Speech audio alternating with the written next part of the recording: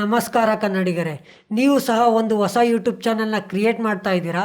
ಹಾಗಿದ್ರೆ ಯೂಟ್ಯೂಬ್ ಚಾನಲ್ನ ಕ್ರಿಯೇಟ್ ಮಾಡೋಕ್ಕೂ ಮುಂಚೆ ನಿಮ್ಮ ಹತ್ರ ಮೊದಲೇ ಇರುವ ಹಳೆಯ ಜಿಮೇಲ್ ಅಕೌಂಟ್ನಿಂದ ಯೂಟ್ಯೂಬ್ ಚಾನಲ್ನ ಕ್ರಿಯೇಟ್ ಮಾಡಬೇಕಾ, ಅಥವಾ ಒಂದು ಹೊಸ ಜಿಮೇಲ್ ಅಕೌಂಟ್ ಕ್ರಿಯೇಟ್ ಮಾಡಿ ಯೂಟ್ಯೂಬ್ ಚಾನಲ್ನ ಕ್ರಿಯೇಟ್ ಮಾಡುವುದು ಉತ್ತಮನಾ?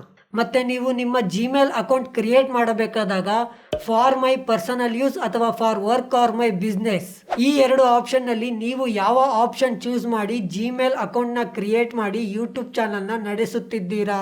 ಈ ಎರಡು ಆಪ್ಷನ್ನಲ್ಲಿ ಏನಾದರೂ ವ್ಯತ್ಯಾಸ ಇದೆಯೇ? ಮತ್ತು ಇದರಿಂದ ಯೂಟ್ಯೂಬ್ ಚಾನಲ್ಗೆ ಏನಾದರೂ ಸಂಬಂಧ ಇದೆಯೇ?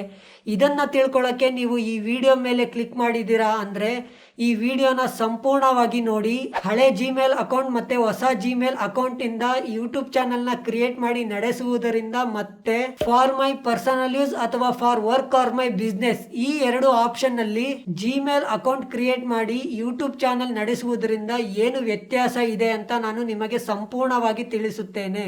ಮೊದಲನೆಯದಾಗಿ, ನೀವು ನಿಮ್ಮ ಹಳೆ ಜಿಮೇಲ್ ಅಕೌಂಟ್ನ ಯಾವಾಗ ಕ್ರಿಯೇಟ್ ಮಾಡಿರ್ತೀರಾ, ನೀವು ಹೊಸ ಮೊಬೈಲ್ ತಗೊಂಡಾಗ ಹೊಸ ಹೊಸ ಆ್ಯಪ್ಗಳನ್ನು ಡೌನ್ಲೋಡ್ ಮಾಡಿ ಲಾಗಿನ್ ಆಗುವುದಕ್ಕೆ ಅಲ್ವಾ? ಆ ಸಮಯದಲ್ಲಿ ನೀವು ಫಾರ್ ಮೈ ಪರ್ಸನಲ್ ಯೂಸ್ ಅಥವಾ for work or my business, ಈ ಎರಡು ಆಪ್ಷನ್ನಲ್ಲಿ ನೀವು ಯಾವ ಆಪ್ಷನ್ ಚೂಸ್ ಮಾಡಿ ಜಿಮೇಲ್ ಅಕೌಂಟ್ನ ಕ್ರಿಯೇಟ್ ಮಾಡಿದ್ರಿ ನಿಮಗೆ ನೆನಪಿದೆಯೇ? ಆಲ್ಮೋಸ್ಟ್ ಆಲ್ ಬಹಳಷ್ಟು ಜನ ಫಾರ್ ಮೈ ಪರ್ಸನಲ್ ಯೂಸ್ ಆಪ್ಷನ್ನ ಚೂಸ್ ಮಾಡಿನೇ ಜಿಮೇಲ್ ಅಕೌಂಟ್ನ ಕ್ರಿಯೇಟ್ ಮಾಡಿರ್ತಾರೆ. ಹಾಗೆ ನೀವು ಫಸ್ಟ್ ಟೈಮ್ ಯೂಟ್ಯೂಬ್ ಆ್ಯಪ್ನ ಯೂಸ್ ಮಾಡೋಕ್ಕೂ ಕೂಡ ಜಿಮೇಲ್ ಅಕೌಂಟ್ನ ಯೂಸ್ ಮಾಡಿರ್ತೀರಾ ಅಲ್ವಾ?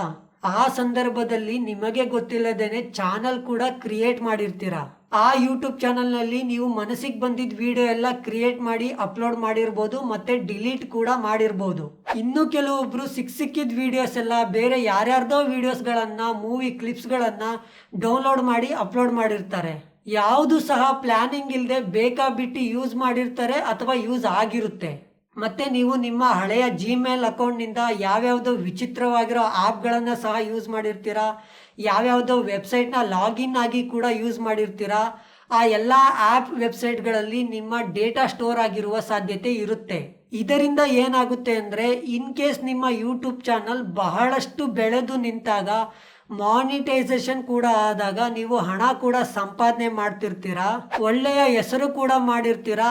ಆ ಸಮಯದಲ್ಲಿ ನಿಮ್ಮ ಯೂಟ್ಯೂಬ್ ಚಾನಲ್ ಹ್ಯಾಕ್ ಆಗುವ ಸಾಧ್ಯತೆ ಇರುತ್ತೆ. ಈ ಸಮಸ್ಯೆಯನ್ನು ಕೆಲವೊಂದು ಯೂಟ್ಯೂಬರ್ಸ್ ಆಲ್ರೆಡಿ ಫೇಸ್ ಕೂಡ ಮಾಡಿದ್ದಾರೆ. ಇದು ಒಂದು ಬಹಳ ದೊಡ್ಡ ನೆಗೆಟಿವ್ ಪಾಯಿಂಟ್. ಆದರೆ ಇನ್ನೊಂದು ನೆಗೆಟಿವ್ ಪಾಯಿಂಟ್ ಏನು ಗೊತ್ತಾ? ನಾವು ಪ್ರೊಫೆಷನಲ್ ಆಗಿ ಒಂದು ಯೂಟ್ಯೂಬ್ ಚಾನಲ್ನ ಕ್ರಿಯೇಟ್ ಮಾಡಿ ನಡೆಸಬೇಕು ಅಂದ್ಕೊಂಡಾಗ, ಜಿಮೇಲ್ ಅಕೌಂಟ್ ಕ್ರಿಯೇಟ್ ಮಾಡಬೇಕಾದಾಗಲೂ ಅದಕ್ಕೆ ಆದಂತಹ ನಿಯಮಗಳು ಸಹ ಇದೆ. ಸರಿಯಾದ ಸೆಟ್ಟಿಂಗ್ಸ್ ಜೊತೆಗೆ ಕ್ರಿಯೇಟ್ ಮಾಡಬೇಕಾಗುತ್ತೆ. ಆವಾಗ ನಿಮ್ಮ Gmail account safe and secure ಆಗಿ ಇರುತ್ತೆ. ನಿಮ್ಮ ಯೂಟ್ಯೂಬ್ ಚಾನಲ್ ಸಹ ಸೇಫ್ ಆ್ಯಂಡ್ ಸೆಕ್ಯೂರ್ ಆಗಿ ಇರುತ್ತೆ. ಹಾಗೆ ಯೂಟ್ಯೂಬ್ ಅಲ್ಗೊರಿದಮ್ಗೆ ಕೂಡ ನೀವು ಒಬ್ಬ ಹೊಸ ಯೂಟ್ಯೂಬರ್ ಆಗಿರ್ತೀರಾ, ನಿಮ್ಮ ಹೊಸ ವಿಡಿಯೋಸ್ಗಳಿಗೆ ಒಳ್ಳೆಯ ವ್ಯೂಸ್ ಬರುವ ಸಾಧ್ಯತೆ ಕೂಡ ಇರುತ್ತೆ. ನೀವು ನಿಮ್ಮ ಹಳೆ ಜಿಮೇಲ್ ಅಕೌಂಟ್ನ ಅವಶ್ಯಕತೆ ಬಂದಾಗೆಲ್ಲ ಎಲ್ಲಂದ್ರಲ್ಲಿ ಯೂಸ್ ಮಾಡೋಕ್ಕೆ, ಎಲ್ಲಿ ಬೇಕಾದರೂ ಶೇರ್ ಮಾಡೋಕ್ಕೆ ಯೂಸ್ ಮಾಡ್ತಿರ್ತೀರಾ ಅಲ್ವಾ?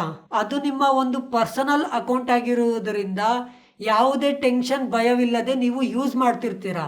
ಹಾಗೆ ಮುಂದೆ ಬರುವ ದಿನಗಳು ಕೂಡ ನಿಮಗೆ ಎಲ್ಲಿ ಬೇಕು ಅಲ್ಲಿ ಜಿಮೇಲ್ ಅಕೌಂಟ್ನ ಯೂಸ್ ಮಾಡುವ ಅವಶ್ಯಕತೆ ಮತ್ತೆ ಮತ್ತೆ ಬರುತ್ತೆ. ಆವಾಗ ನೀವು ಇದೇ ಹಳೆ ಜಿಮೇಲ್ ಅಕೌಂಟ್ನ ಯೂಸ್ ಮಾಡಿಕೊಳ್ಳಿ. ಪ್ರೊಫೆಷನಲ್ ಆಗಿ ಒಂದು ಒಳ್ಳೆ ಪ್ಲಾನಿಂಗ್ನಿಂದ ಯೂಟ್ಯೂಬ್ ಚಾನಲ್ನ ನಡೆಸುತ್ತಿದ್ದೀರಾ ಅಂದ ಮೇಲೆ ಅದು ಸೇಫ್ ಆ್ಯಂಡ್ ಸೆಕ್ಯೂರ್ ಆಗಿ ಇರಬೇಕು ಅಲ್ಲವೇ?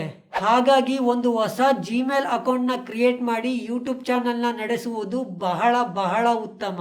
ಅದಕ್ಕೆ ನೀವು ಸಹ ಒಂದು ಹೊಸ ಜಿಮೇಲ್ ಅಕೌಂಟ್ನ ಕ್ರಿಯೇಟ್ ಮಾಡಿ ಯೂಟ್ಯೂಬ್ ಚಾನಲ್ನ ನಡೆಸಿ.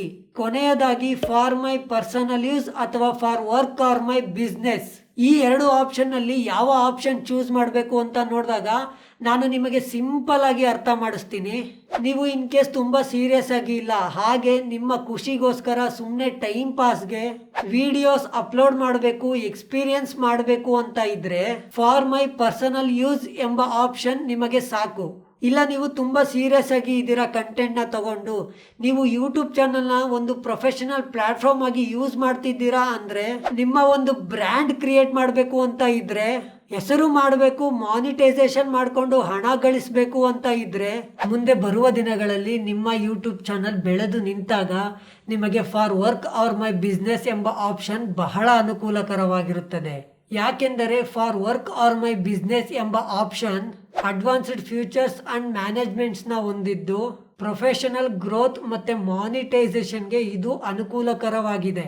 ಇನ್ನೂ ನಿಮಗೆ ಡೀಟೇಲ್ ಆಗಿ ತಿಳಿದುಕೊಳ್ಳಬೇಕು ಎಂದಲ್ಲಿ ಇಲ್ಲಿ ಶೋ ಆಗುತ್ತಿರುವ ಫಾರ್ ಮೈ ಪರ್ಸನಲ್ ಯೂಸ್ ಮತ್ತೆ for work or my business ಈ ಎರಡರ ನಡುವಿನ ವ್ಯತ್ಯಾಸವನ್ನ ನೀವು ಇಲ್ಲಿ ಓದಿ ತಿಳಿದುಕೊಳ್ಳಬಹುದು.